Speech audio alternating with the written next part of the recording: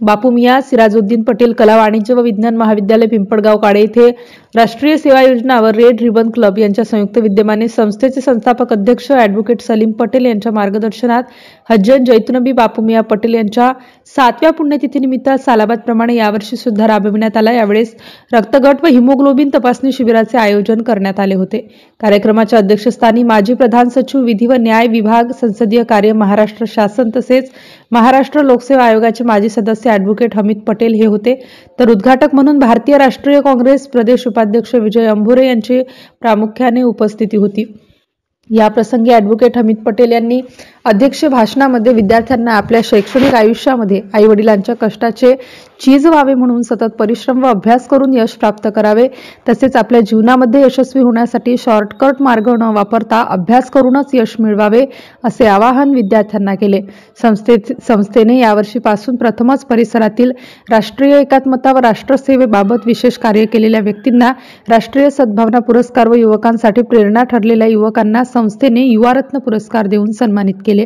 त्यामध्ये हरिभक्त परायण भिकाजी सुरडकर महाराज यांना राष्ट्रीय सद्भावना पुरस्कार 2025, तर डॉक्टर राहिल शेख शाकीर, डॉक्टर अक्षय गजानन उगले व मोहम्मद फरहान मोहम्मद नईम, मयुरेश मनीष सातव, मंगल सिंग दिवाण सिंग वतपाड, राजिक रफिक देशमुख, मोहम्मद उमेर अहमद शेख अय्यूब यांना युवारत्न पुरस्कार देण्यात आला।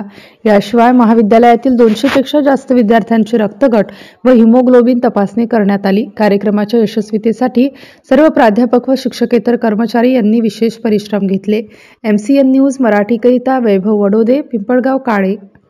म्हणजे रात्रीचा शेवटचा दिवा आता प्रकाश होणार आहे। हमें मालूम है कि हम चिरागे हैं, हम है चिरागे आखिर शब्द हमारे बाद उजाला है अंधेरा नहीं। यांना बघून असं वाटते की आपल्यानंतर हे लोक आहेत, हेच म्हणजे आमचं कार्य जे आहे ते पुढे नेणारे हेच लोक आहेत। तर आमच्या नंतर उजेडच उजेड आहे, अंधार नाही, प्रकाशच प्रकाश असणार आहे, अंधकार संपलेला आहे असं मला वाटायला लागलेलं आहे। आणि हे जे आहे यांचं उत्तरोत्तर प्रगती हो, त्यांना कुठं काही आमची गरज असली तर आम्ही नेहमीप्रमाणे तयार असतो तुमच्याबरोबर राहायला। आणि आपण जे चांगलं ज्या इन्स्टिट्यूशनला देता येईल ते देत राहाल अशी मला आशा आहे। आणि जहाँ रहेगा म्हणजे दीपकासारखा, जो रहेगा वही रोशनी लुटाएगा। चिराग का कोई अपना मकान नहीं होता, त्याचं कुठलं घर नसतं, तो जिथे लावला त्याला तो उजेडच दिला। तर अशी आपल्याला एक आपल्यामध्ये असं त्याचबरोबर ज्यांचं वेगवेगळ्या क्षेत्रामध्ये अतिशय उल्लेखनीय काम आहे विद्यार्थ्यांचं, तरुणांचं,